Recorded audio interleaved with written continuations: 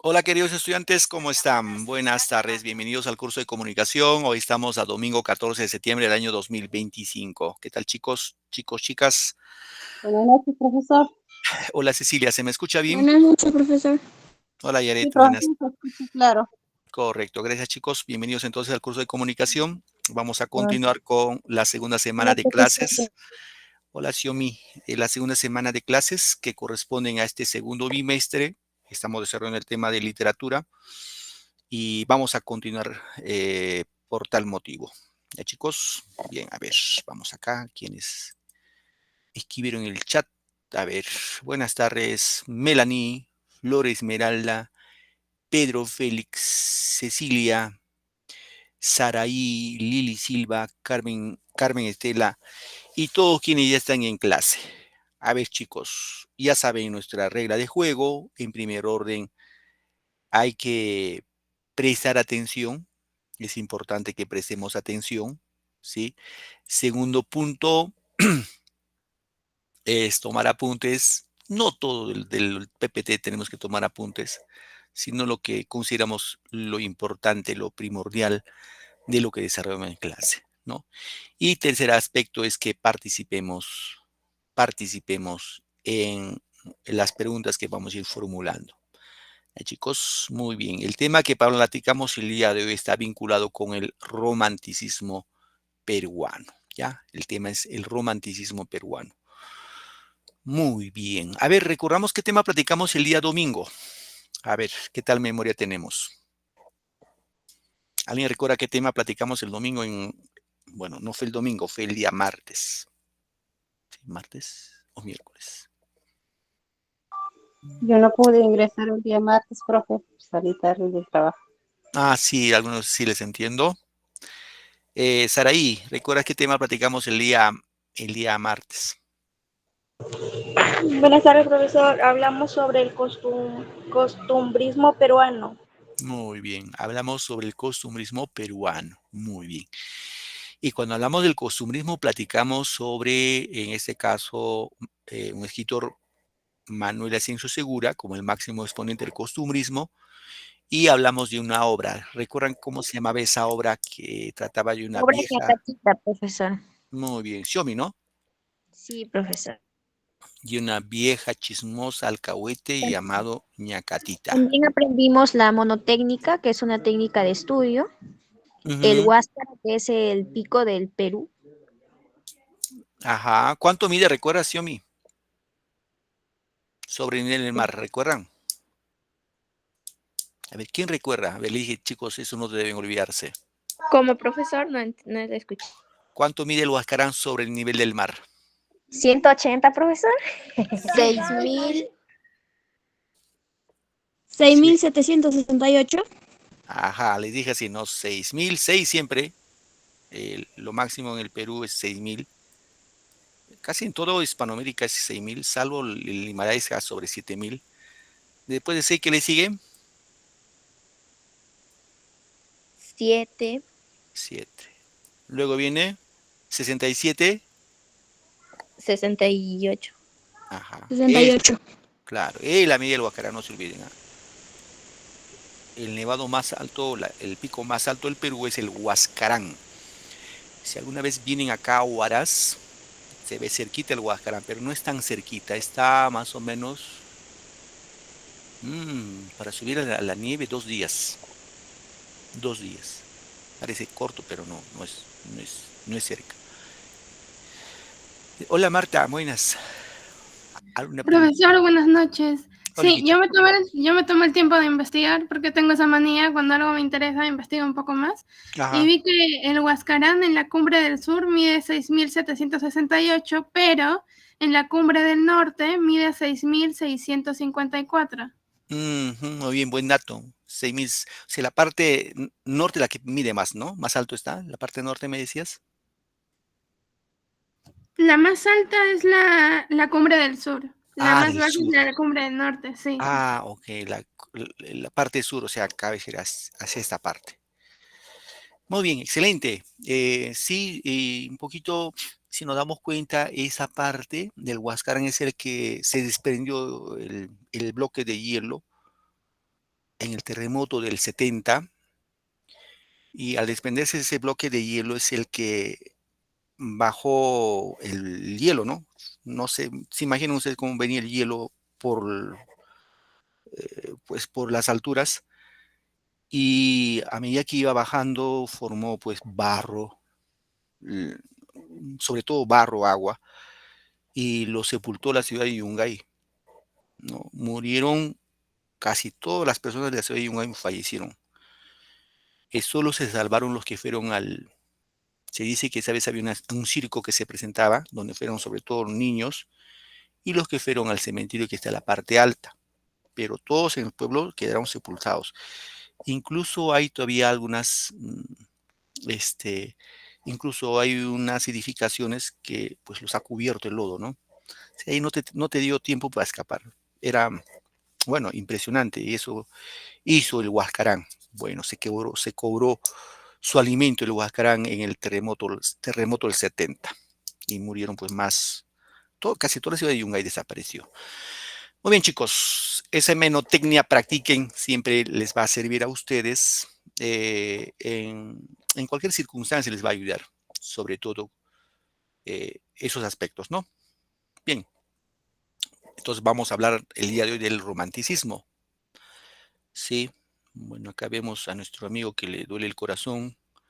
Y la pregunta dice, ¿qué harías? Acá tenemos un mensaje, ¿ya? Acá vemos a nuestro amigo Enrique. A Enrique le llegó un mensaje. Bueno, ya todo asustadito. Bueno, pues alguna vez pasa, ¿no? A los chicos le escriben las chicas. Dice, ¿qué le dice el mensaje? Enrique, debo decirte que tu sonrisa ilumina mi día. De, bueno, no sé, de Juana, Rosa, no lo sé. ¿Sí?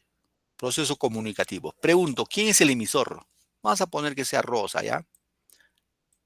¿Quién es el emisor? El El que que manda el mensaje, ¿Quién es el que manda el mensaje?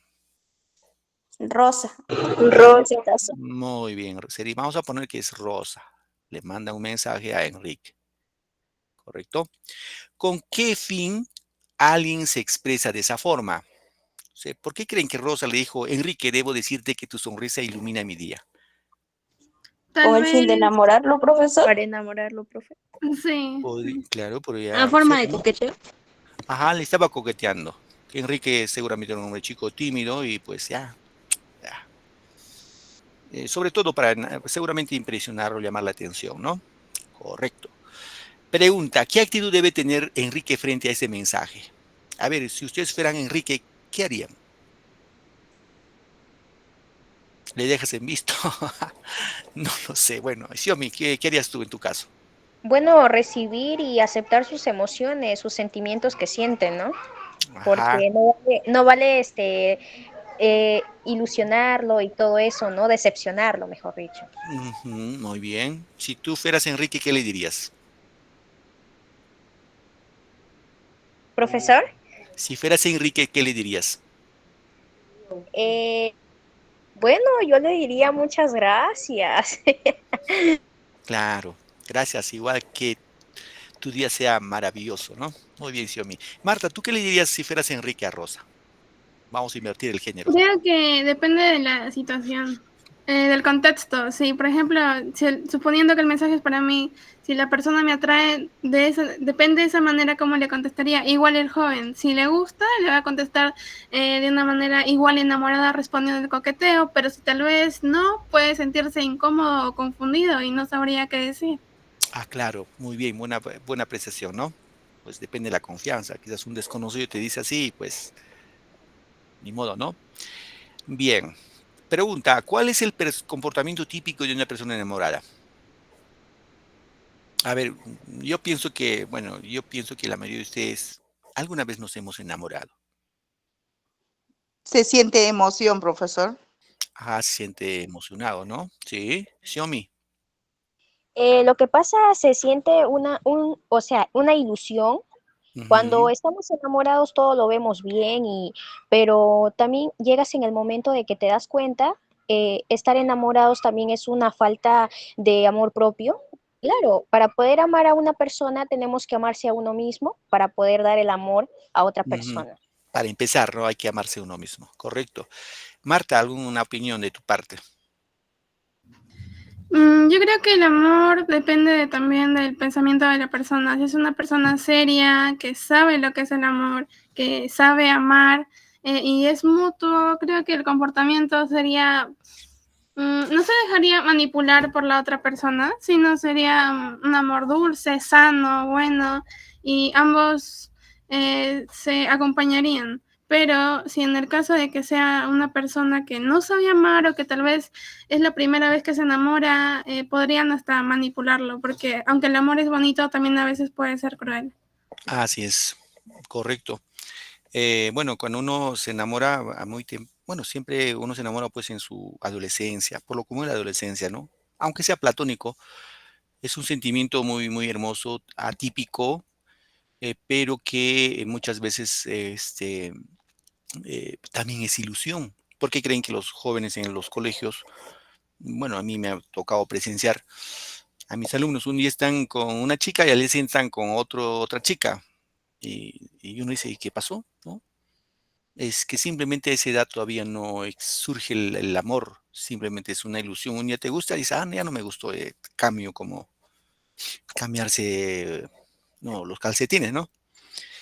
Pero ojo, chicos, el amor, si vemos desde el ángulo así netamente profundo, el amor es otra cosa. Muchas veces el amor confundimos con el deseo. El deseo se viste de amor y consumado el deseo queda la realidad y la desilusión. Entonces, por ahí siempre alguien decía, un gran sabio decía, que para casarnos, por ejemplo, uno tiene que pensarlo muchas veces. Si alguna vez creo que les dije a ustedes, si mal no recuerdo, en la vida hay que elegir dos cosas importantes para ser, entre comillas, felices. Uno, tu carrera, tu profesión, tu oficio, ¿sí? Porque lo vas a estudiar de por vida, lo vas a llevar de por vida. Y si tú eliges mal tu carrera, tu profesión, te vas a lamentar. Y muchas veces ahora suele suceder eso, ¿no? Alguien dice, bueno, yo quiero estudiar, ejemplo, ¿no? Ingeniería. ¿Y por qué? O medicina. ¿Por qué? Porque ganan plata. Y la pregunta es, ¿el dinero es todo? El dinero no es todo. Y por eso vemos muchos médicos o, bueno, otros que han estudiado solamente por el tema del dinero, que no les gusta su carrera. Simplemente hacen por dinero y hacen mal su labor. Correcto. Entonces, yo considero de que el tema del, por ejemplo, de la carrera, de la profesión, del oficio que podemos hacer es algo, bueno, a mí me enseñó un maestro, nos decía, de que para elegir nuestra verdadera vocación es preguntarnos, ¿qué harías tú? Que lo harías con tanto gusto, es más, lo harías gratis, sin cobrar ni un sol, pero lo harías con agrado, con mucho gusto. Esa es tu carrera, ahí va tu vocación, ¿no? Y muchas veces decimos a papá, mamá también nos infunden la idea de decir, ah, no, hijo, tú tienes que ser ingeniero, tienes que ser médico, abogado, no lo sé, porque ahí ganas plata. No, ¿cómo vas a hacer esa carrera y te vas a morir de hambre? Lo cual no es cierto. Cuando es tu vocación, créeme, trabajo no te va a faltar. Cuando es tu vocación. Pero si no es tu vocación, ni trabajo vas a tener. ¿Por qué? Porque no te gusta. Y el otro, le decía, el otro aspecto que tiene que elegir en la vida es la pareja. Tienes que tener una buena pareja, porque si eliges mal la pareja, no te vas a casar para un día. Se supone te casas de por vida. Y si eliges mal tu pareja, te vas a cargar de por vida. Entonces, esas dos cosas siempre elijan bien, chicos, chicas. Carrera, oficio, profesión y tu pareja. Si no, no se nos va a complicar la vida. Bien, chicos, continuamos con nuestro tema. Vamos a hablar entonces del romanticismo peruano. Y en el aspecto histórico-cultural vamos a indicar que en esa etapa va a surgir la burguesía. Cuando hablamos de burguesía, gente de dinero en nuestro país, por la explotación del guano y el salitre. Y el Perú va a vivir una etapa de aparente bonanza, ¿no? de de prosperidad económica, y eso va a permitir construir obras de envergadura en nuestro país, ¿no? Pero eso fue, digámoslo así, temporal, porque gracias al guano y el salite Chile nos hizo la guerra, ¿no? Bueno, luego viene el primer gobierno de Ramón Castilla, que se coincide con el romancismo peruano, y este presidente Ramón Castilla abolió la esclavitud en nuestro país, ¿sí? Aunque parezca increíble, en Perú hubo esclavitud, sabiendo o a sabiendas que los españoles en la época de la colonia trajeron a nuestros amigos africanos y para trabajar en las minas, y se quedaron en nuestro país y trabajaban como esclavos. Eso fue en la época de la colonia. Luego vino la época de la independencia, la república, y fíjense cuándo todavía se va a abolir la esclavitud, más o menos unos 40 años después de la independencia del Perú. Y cuando había esclavos, pues tú ibas al mercado, encontrabas un negrito y podías comprarlo. Te llevas a tu casa y estaba a tu servicio. No recibías ningún pago, solo le dabas alimento y algo de seguro de ropa, pero estaba a tu servicio. Y si te cansabas, pues llevabas y lo vendías como un animalito. ¿Qué más? Vamos a encontrar en esta etapa la guerra con Chile, en sus postrimerías, y la posterior derrota en 1883. Otro aspecto que tenemos en esta etapa del romanticismo es el combate de 2 de mayo de 1866. Pregunto, ¿con qué país fue el combate de 2 de mayo? ¿Perú con qué país se enfrentó? A ver, le doy alternativa. ¿España, Colombia o Chile? ¿Con Chile, Chile, profesor. ¿Con Chile, profesor? Ya. ¿Qué dicen? El combate de 2 de mayo de España, 1866 profesor. fue con España. No se olviden, ¿ah? El combate de 2 de mayo de 1866 fue con España. ¿Cómo, profesor, que no fue la independencia en 1824 con la batalla de Ayacucho? Sí, en la batalla de Ayacucho de 1824, el último virrey La Serna dice, bueno, acepto mi derrota y a partir de la fecha Perú es libre. Firma. Se fueron los españoles, pero en 1866 estos no quisieron dejar la mamadera y quisieron regresar por Callao. Empezó la guerra 8 o 9 de la mañana y a las 12 pues estaban regresando a España. No lograron su propósito, ¿no? El héroe máximo fue acá don José Gálvez. Ahora, la guerra con Chile fue en 1879. Tiempo después, 1879. Bien, chicos. ¿Cuáles son las características del romanticismo? Una característica del romanticismo es lo subjetivo. Recuerden que el amor, por ejemplo, el amor es subjetivo porque nadie, ni tú ni yo, hemos visto el amor caminando por ahí, ni en la plaza, ni en el parque. ¿O sí lo han visto ustedes al amor? Nadie, ¿no? ¿Cierto? No, profesor. Claro. Entonces, algo que no se ve es subjetivo, es abstracto, ¿sí? Luego, en nuestro país va a haber un desapego por lo nacional y obviamente igual que el costumbrismo, estuvo centralizado en Lima. Era limeñista. Bien, aquí como algunas características más, imitación de las formas francesas y españolas, es decir, los escritores peruanos van a imitar a los románticos tanto de Francia y de España. En Francia, de esa época, romántico era Víctor Hugo, el autor de Los Miserables, el autor de Nuestra Señora de París. Y en España, pues un gran poeta español, Gustavo Adolfo Bécquer, con sus rimas, ¿no? Esos escritores fueron imitados en el Perú.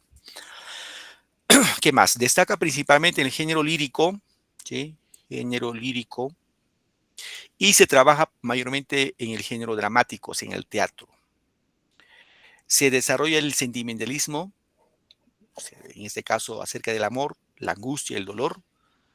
Resaltan los valores de la ciudad de Lima, en este caso el limeñismo. Otra característica es el retoricismo y la superficialidad. Y por otro lado, lo aristocrático y lo coyuntural, que son características propias de nuestro país. Bien, uno de los exponentes del romanticismo es Carlos Augusto Salaverry. A ver, chicos, pregunto, cultura general, ¿ah? Cultura general. ¿Cuál es el presidente más joven que ha tenido el Perú? El presidente más joven. ¿Tienen idea? ¿Quién fue el presidente más joven que tuvo el Perú. Así, quizás por ahí le suena, o no lo sé. Alan García, profesor. Alan García dice Bonifacia. No, claro que Alan Oh, García fue joven, a los Felipe Salaverry, profesor. Felipe, así es nuestro amigo Felipe. Alan García fue presidente a los 35 años, muy joven, cierto, 35 años. Pero hubo otro presidente más joven que él. Fue presidente a los 28 años, si mal no recuerdo, 28, 29 años, que fue Felipe Santiago Salaverry, el papá de este señor, de Carlos Augusto Salaverry. Él fue presidente por un mes, ¿no? Hola Martita, dime hija. Disculpe, profesor, una pregunta. Leyendo sobre Carlos Alberto Salaverry, acá dice que lo han fusilado. ¿Eso es cierto? A su papá, Felipe. Ah, su papá. A su papá, sí, que fue presidente, como les decía, fue presidente por un mes. Fue un militar, su papá Felipe Santiago Salaverry, el presidente más joven del Perú. Fue militar y entró al poder por golpe de Estado, se fue un gobierno de facto. Y estuvo en el poder un mes, y al cabo de un mes le fusilaron. Pero quedó en la historia como el presidente más joven que tuvo el Perú. Claro, desde el orden, seguramente así golpista, ¿no? Pero así como un presidente netamente democrático, obviamente es Alan García, ¿no? Que fue por voto popular.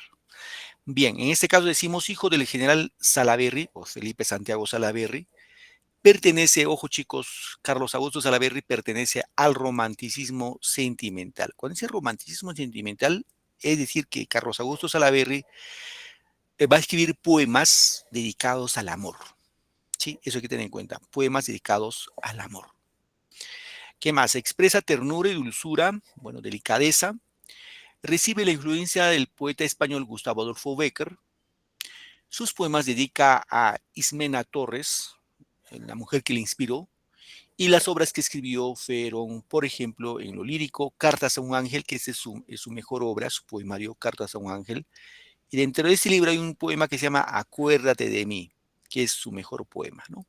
Además tenemos Diamantes y Perlas, también escribió obras de teatro como El pueblo y el tirano, ¿no? Hay que tener en cuenta que Salaverry, o Carlos Augusto Salaverry, fue un ferviente lector de Víctor Hugo, escritor francés, y Enrique Heine, ¿no? Sus primeros los va a dedicar en el periódico El Heraldo de Lima. Fue conocido como el cantor de los sepulcros, o también lo llamaban el ruiseñor de Chira. ¿Por qué ruiseñor de Chira? Porque Carlos Augusto Salaverry fue de Piura, nacido en Piura. ¿Ah, chicos? Bien. El otro escritor, en este caso ya no pertenece al romanticismo sentimental, sino al romanticismo social histórico, es don Ricardo Palma. Todos alguna vez hemos escuchado hablar de Ricardo Palma. En este caso, nació en Lima en 1833 y falleció también en Lima, Miraflores, en 1919. En este caso, como referencia, vamos a indicar que fue hijo de una familia humilde. Realizó sus estudios en el Colegio Noel. En 1848 empezó su carrera literaria, según propia confesión, formado por parte del grupo que después él mismo denominaría La Bohemia de mi tiempo. Comenzó escribiendo su poesía a la vez que ejercía el periodismo en diversas publicaciones periódicas, la mayoría de existencia efímera, como redactor o crítico de espectáculos, para lo cual usó múltiples seudónimos. ¿Y cuál es el seudónimo de Ricardo Palma? ¿Recuerdan? ¿Cómo se le llama a Ricardo Palma? ¿Alguien recuerda? Se le llama el bibliotecario mendigo. ¿Sí? El bibliotecario mendigo. ¿Saben por qué se le llama el bibliotecario mendigo? Aquí está, ¿no? Llamado el bibliotecario mendigo. ¿Saben por qué le llaman el bibliotecario mendigo a Ricardo Palma? Ya, les explico, ¿ya? Esto sí, no se olviden, ¿ah? Siempre tengamos referencia a esto. Después de la guerra con Chile, bueno, ya saben ustedes, los chilenos, la última batalla que se llevó a cabo fue en la batalla de Miraflores, Lima.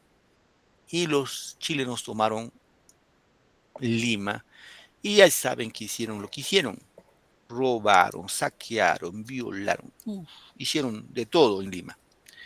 Y los limeños, como siempre, se acobardaron. Bueno, lo que pasó es con la Biblioteca Nacional del Perú, que su sede pues está en la avenida Bancay, casi cerca al Congreso de la República. Los chilenos incendiaron la Biblioteca Nacional, lo quemaron.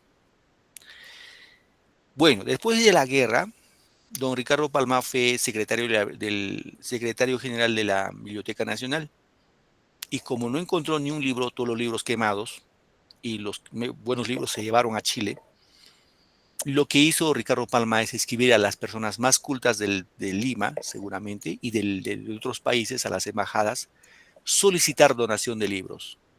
Solicitaba donación de libros para implementar la Biblioteca Nacional del Perú. Firma el bibliotecario mendigo. ¿Y quién era ese bibliotecario mendigo? Era Ricardo Palma. Por eso se llama, repito, reitero, el bibliotecario mendigo. ¿Ya, chicos? Bien, en este caso Ricardo Palma desarrolla una fina sátira y elegante humor. Su lenguaje es sencillo, fácil de entender. Ojo, pertenece, no se olviden, a pregunta, romanticismo social histórico. Considerado como uno de los mejores prosistas de América. Ojo, de América. Los libros que escribió, escribió poesías, por ejemplo, Verbos y Gerundios.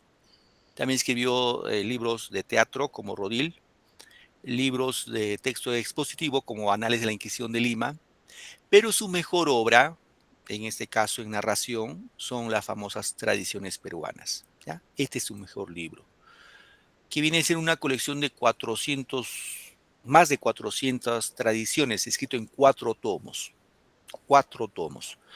Entre las que destaca, por ejemplo, Don Dimas de la Tijereta, Carta Canta, Los Ratones de Fray Martín, El Alacrán de Fray Gómez, La Casa de Pizarro, La Historia de un Cañoncito, entre otros, ¿no? Ahora, tiene otro libro también que se llama Tradiciones en Salsa Verde. Es otro libro, pero este Tradiciones en Salsa Verde, su contenido es erótico, ¿no? No es para cualquier lector, es para ya personas grandes, ¿no? Emula un escritor italiano de nombre Giovanni Boccaccio. Giovanni Boccaccio, eh, a ver chicos, si a ustedes les gusta literatura y les gusta cuento, yo les recomiendo este libro de Giovanni Boccaccio, que se llama Decamerón.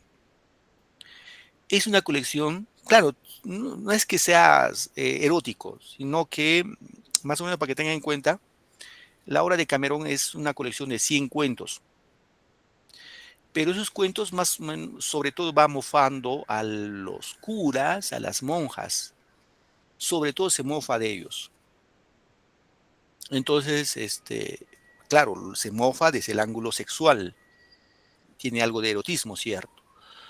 Entonces, Ricardo Palma va a emular a Giovanni Boccaccio con sus tradiciones en salsa verde. Bien. Aquí tenemos un poquito más de sus obras. Obras históricas, Anales de la Inquisición de Lima, Monteagudo y Sánchez Carrión. Obras de teatro, La Hermana del Verdugo, La Muerte o la Libertad, Rodil. Otro libro en poesía, Pasionaria, su mejor poemario, Juvenilia, Filigramas, Armonías, Verbos y Gerundios. Obras filológicas, lingüísticas, neologismos y americanismos, papeletas lexicográficas y su mejor obra, recuerden, en narrativa, son las Tradiciones Peruanas. ¿Ya? Ello no se olviden. Y su obra inédita, que no logró publicarse, son Los Marañones. Bien, vamos acá con Tradiciones Peruanas, que vamos un poquito a platicar. El género es narrativo, la especie es una tradición. En total de tradiciones son de 453 tradiciones. 6 tradiciones se refieren al Imperio Incaico, 339 a la época del virreinato o la colonia, 43 a la época de la emancipación, 49 a la época de la República, 16 a tiempos y espacios indecisos. Por eso reitero chicos, a Ricardo Palma se le considera como el mejor exponente del romanticismo social histórico. ¿Ya? Bien. A ver, vamos a ver unas tradiciones, ¿ya chicos? A ver, voy a dejar de compartir. A ver, yo les pregunto, mientras voy presentando el video. Y yo les pregunto, ¿han escuchado la tradición peruana que se llama Al Rincón Quitacalzón? ¿Alguno de ustedes han escuchado esa tradición? No, profesor, yo no.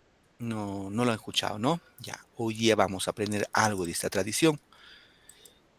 Cuando dice Al Rincón Quitacalzón, aparentemente el nombre es sugerente, pero no es así como lo estamos imaginando.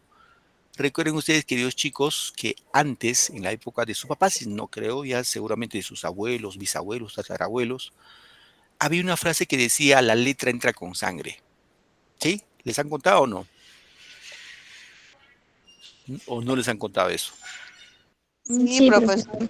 Claro, si tú no sabías ejemplo, yo era tu profe de mate, ya, muy bien, multiplicación.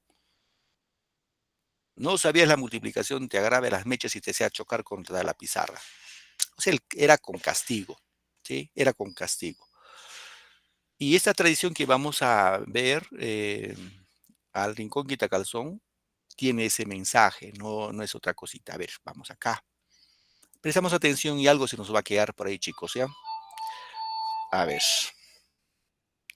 Presten atención porque luego les tomo un examen oral. Si hemos atendido o no. Ya. Vamos acá.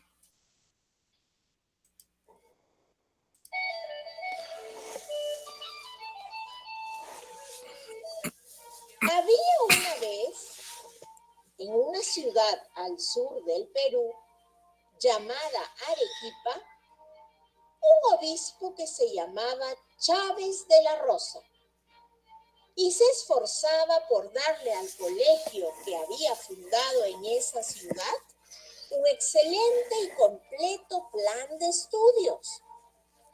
Por el año 1796, solía visitarlo una vez a la semana para cuidar que todo allí estuviese en orden.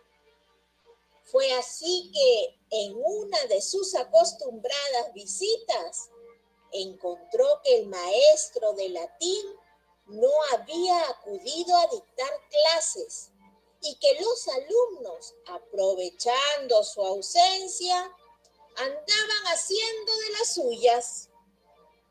El obispo entonces decidió reemplazar por ese día a aquel profesor y empezó su clase pidiéndole a un muchacho declinar una palabra. Como éste se equivocó en el caso acusativo plural, el señor Chávez exclamó: ¡Al rincón Quitacalzón! En aquellos tiempos era habitual que los estudiantes desaplicados fueran enviados a un rincón del aula para recibir azotes. Pasó luego a otro alumno que tras contestar incorrectamente también fue condenado a sufrir la misma pena. Y así cuando había más de una docena de arrinconados, le llegó el turno al más pequeñín y el más travieso de la clase. ¿Quid est ratio?, le preguntó el obispo. El jovencito miró al techo con la esperanza de recordar algo, y al no hacerlo, el señor Chávez lanzó la terrible sentencia: ¡al rincón Quitacalzón! El chiquillo se fue hablando entre dientes, y el obispo, enojado, lo llamó nuevamente a su presencia para saber qué era lo que murmuraba.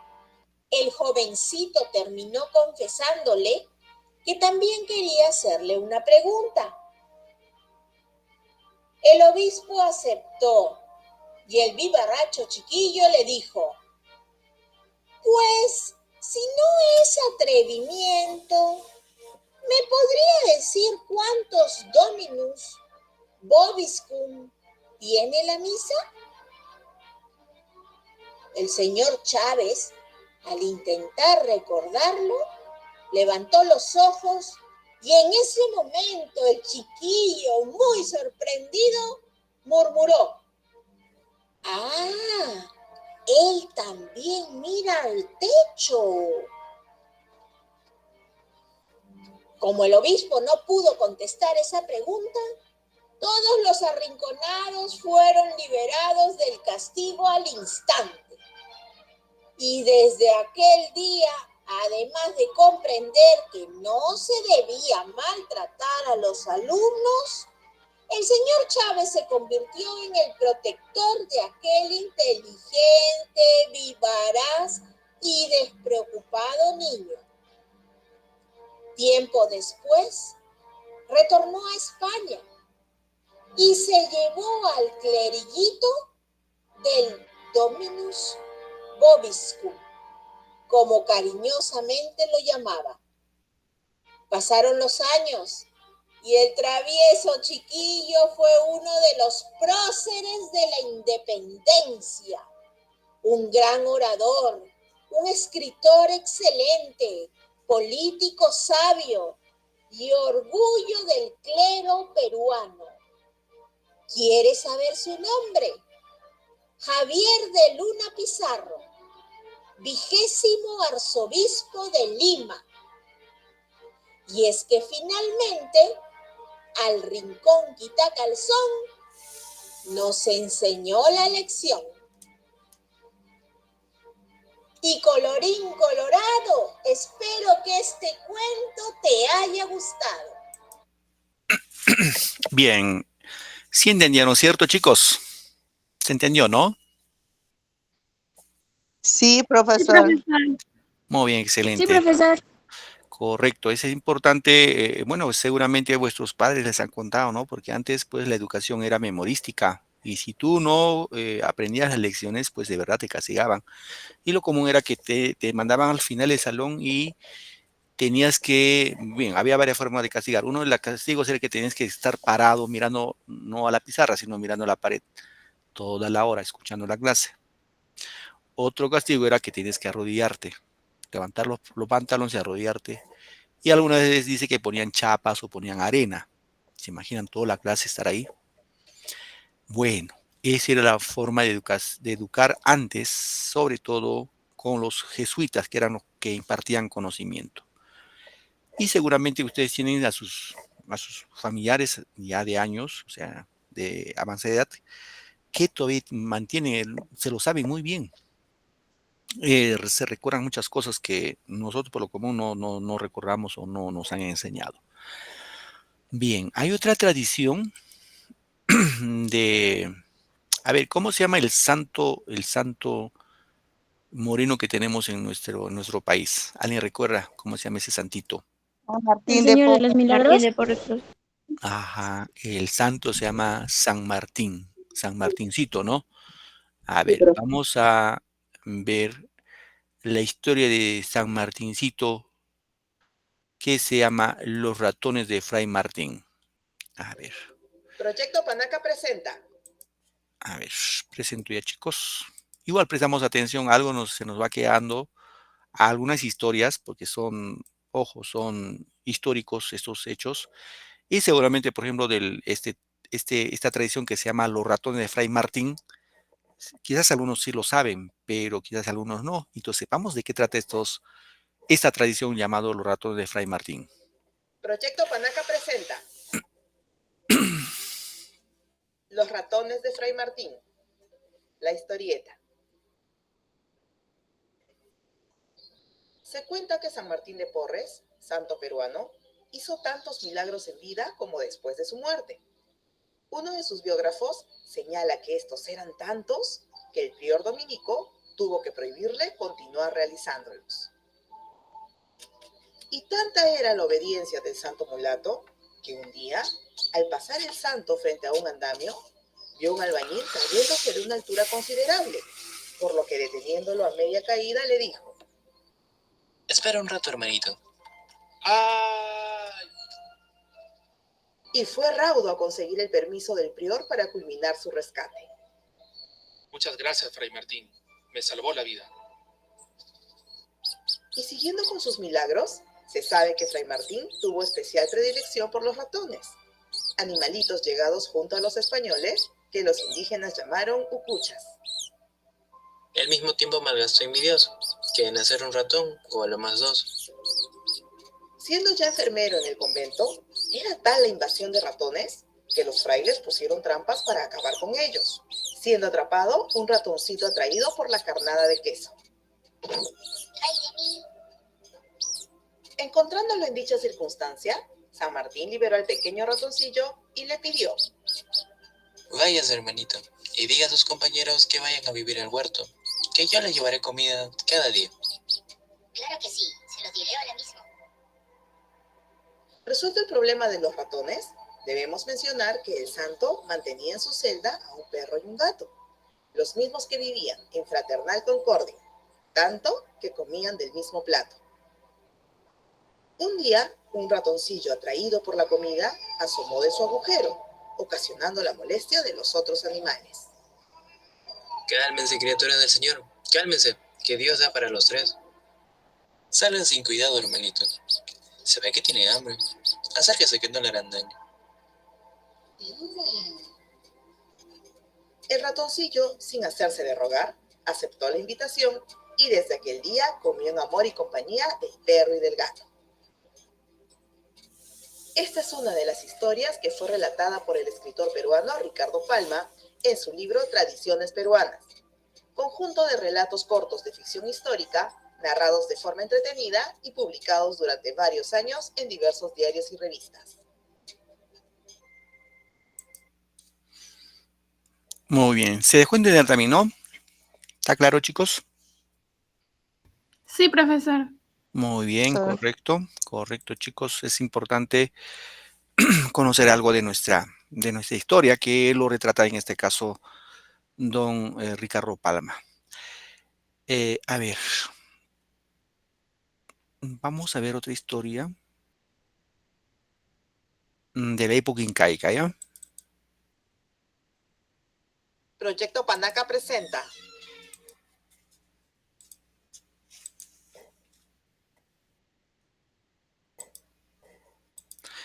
A ver, un momentito, presento acá.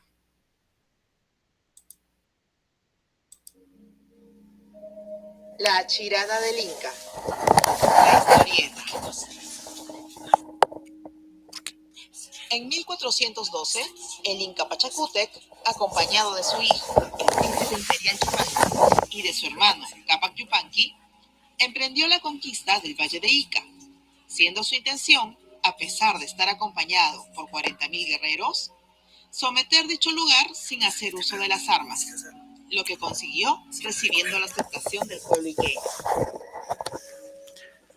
Durante el recorrido oficial a su nuevo territorio, detúvose Pachacútec en el pago llamado Tate, propiedad de una anciana quien lo ocupaba junto a su bellísima hija. Deslumbrado, el Inca intentó capturar a la doncella. He encontrado a la paloma más bella de todo este valle. Quisiera llevarte al Cusco y veas con tus ojos la majestuosidad de tu señor. Sin embargo, la joven, cuyo corazón ya pertenecía a otro joven del lugar, tuvo que rechazar las pretensiones del soberano. Finalmente, al perder Pachacútec toda esperanza de ser correspondido, Quédate en paz, paloma de este valle, y que nunca la niebla del dolor tienda su velo sobre el cielo de tu alma. Pídeme alguna merced que a ti y a los tuyos haga recordar siempre el amor que me inspiraste. Señor, grande eres y para ti no hay imposibles. Venciérasme con tu nobleza a no tener ya el alma esclava de otro dueño. Nada debo pedirte, que quien dones recibe, obligada queda. Pero si te satisface la gratitud de mi pueblo, ruégote que des agua a esta comarca. Siembra beneficios y tendrás cosechas de bendiciones.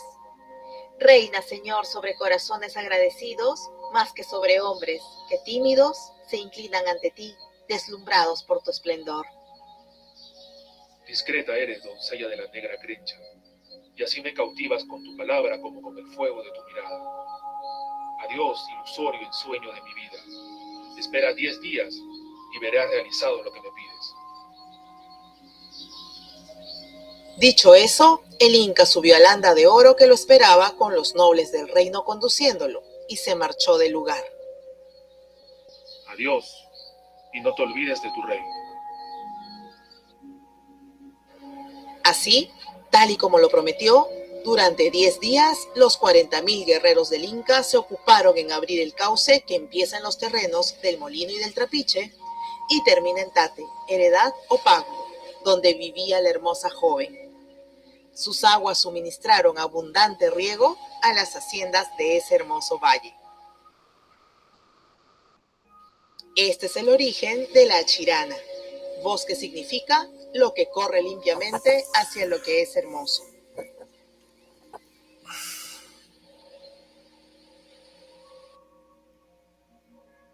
Esta es una de las historias que fueron contadas por el escritor peruano Ricardo Palma en la tercera serie de su libro Tradiciones Peruanas.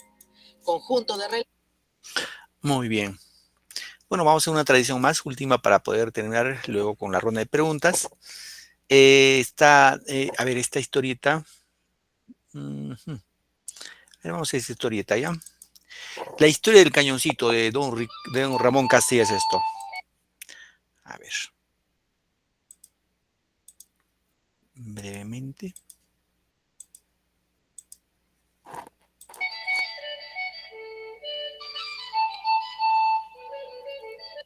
Había una vez un mandatario que se llamaba Ramón Castilla, quien conocía muy bien su tierra y a los hombres de esta.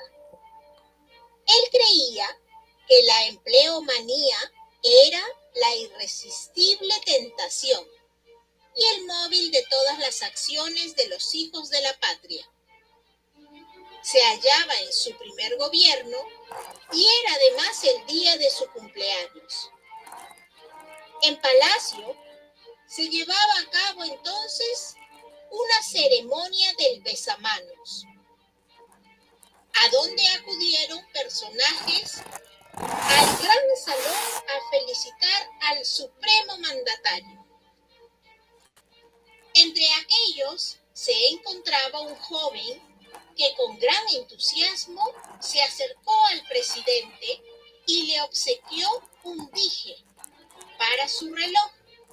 Era un cañoncito de oro, un trabajo precioso. ¡Gracias! ¡Mil gracias por el cariño!, respondió su excelencia sin tocar el regalo. Que lo coloquen sobre la consola de mi gabinete.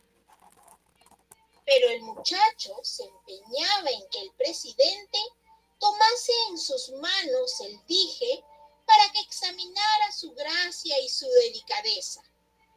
No, está cargado. No juguemos con armas peligrosas, contestó don Ramón Castilla para disculparse. Transcurrían los días y el cañoncito permanecía sobre la consola.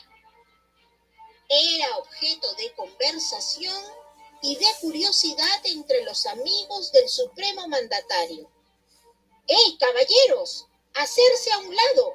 ¡No hay que tocarlo! ¡El cañoncito apunta!, no cesaba de repetir el presidente. No sé si la puntería está baja o alta, si está cargado. Un día de estos hará fuego y no hay que arriesgarse. Retírense, por favor. No respondo de averías, exclamaba él siempre. Y tales eran las exageraciones de don Ramón Castilla, que los palaciegos llegaron a pensar que el cañoncito sería más peligroso que la bomba o un torpedo. Al cabo de un mes, el cañoncito desapareció de la consola para ocupar un lugar entre los dijes que adornaban la cadena del reloj del presidente. Ya por la noche, este les comunicó a los tertulianos: señores, ya hizo fuego el cañoncito. Puntería baja, poca pólvora. Proyectil diminuto. Ya no hay peligro. Pueden examinarlo. ¿Qué había ocurrido? Que el joven aspiraba a una modesta plaza de inspector en el resguardo de la aduana del Callao y el mandatario acababa de darle el empleo. Así pues, los regalos que los chicos hacen a los grandes son, generalmente, como el cañoncito de don Ramón Castilla, una intención oculta y una puntería fija. Días menos, días más, ¡pum! Lanzan un proyectil. Muy bien, chicos. Vamos con la ronda de preguntas ahora sí, antes que nos hagan la hora, para ir avanzando esa última parte de nuestra clase.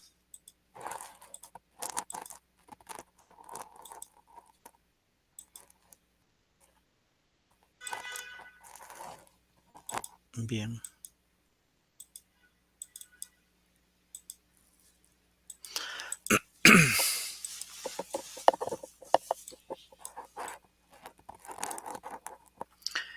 Vamos levantando la manita las personas. A ver, chicos, los que sabemos las respuestas, vamos levantando la mano y yo le voy tomando apunte de su participación. A ver.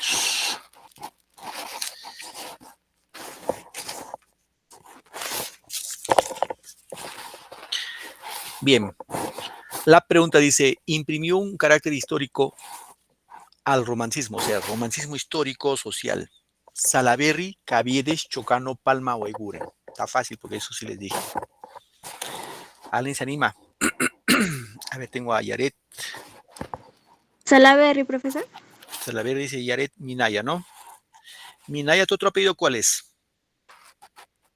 Milla, profesor. Minaya Milla.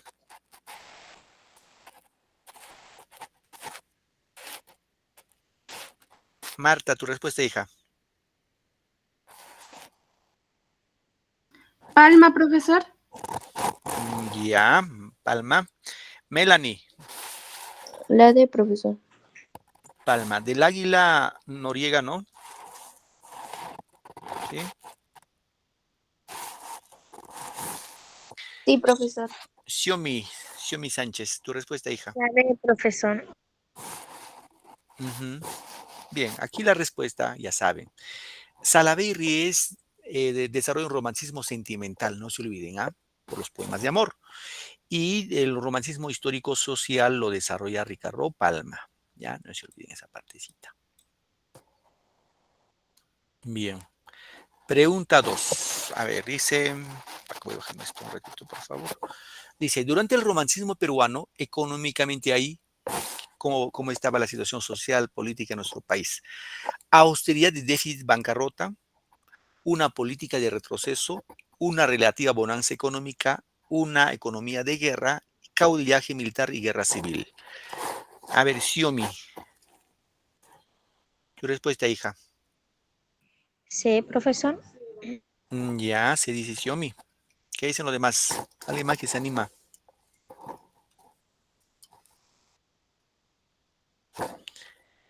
Bien, aquí la respuesta, chicos, sí es la C. ¿Sí? Correcto.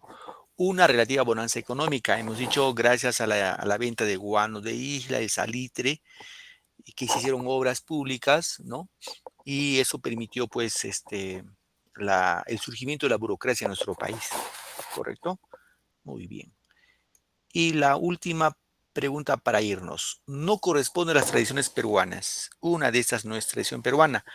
Los incas ajedrecistas, las orejas del alcalde, el alacrán de Fray Gómez, Don Dimas de la tijereta, Isaya y el manto. Si alguien recuerda de la clase pasada, aquí hay una obra de la clase pasada que no correspondería, ¿no? Obviamente que no correspondería. A ver, Xiomi. Bueno, Xiomi hoy ya se está luciendo. Tu respuesta, hija. Vamos con la... Vamos con la... A ver. La B. Las orejas del alcalde, ya. Yaret Minaya. Creo que es la A, profesor. Los incas ajedrecistas. Ya. Marta Consuelo. Para mí es la A, profesor. Los incas ajedrecistas. Ya. Bien.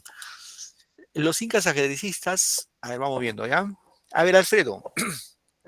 Alfredo Patricio. No, profe, buenas noches. Yo creo que es la A, profe. La A. Ya. A ver, un poco para recordar. Yo la clase pasada, les dije que hay una obra que hemos hecho la clase pasada, lo que no correspondería. Y recuerden que la clase pasada no hablamos, ninguna obra de Manuel Ascenso Segura era el Inca ajedrecista, no es. Si recuerdan que les dije, había una vez un sargento Canuto que tenía su esposa llamada Doña Catita, y un día celebraron el santo de Panchita, que su padre llevó un juguete, y que fue vestido de saya y manto, y la fiesta fue apoteósica, que tomó, bebió y murió. Quedaron 3 viudas, Ñacatita, la Pelimortada y la Osamala. Respuesta, chicos. Es la E, profesor. La E, profesor. Ajá, no se olviden. La E, ¿ya? La E, la respuesta ahí. Correcto, chicos. Muy bien, gracias por su tiempo y su paciencia. Ya nos encontramos en la próxima clase en otra sesión más. Que tengan un bonito domingo, una bonita semana. Que le vaya súper, chicos. Gracias, Hasta el otro domingo. Hasta el próximo domingo. Nos vemos, profesor. Luego, chicos, cuídense. Felicidades. Ya nos vemos. Fíjense.